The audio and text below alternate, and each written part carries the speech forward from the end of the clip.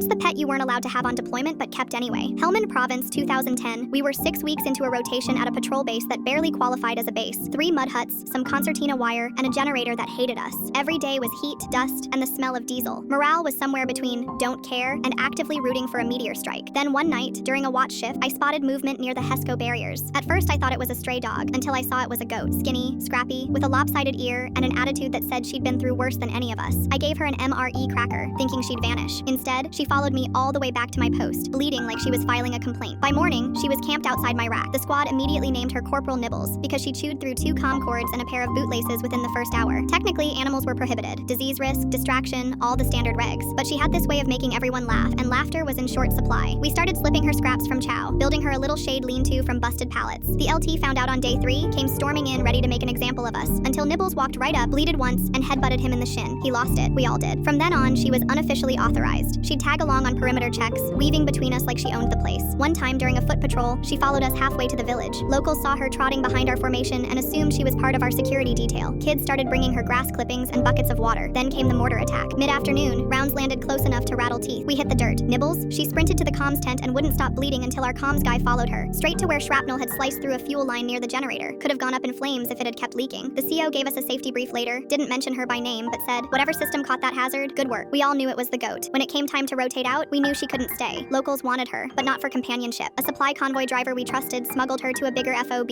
where the civil affairs team found her a spot at a local farm run by a family friendly to coalition forces. Last I heard, she was still there, still bossing people around. I've got pictures of firefights, patrols, all the usual deployment stuff, but my favorite is me in dusty camis, smiling like an idiot, with Corporal Nibbles chewing on my sleeve. That goat reminded us we were human, and in a place like that, you hang on to whatever humanity you can get.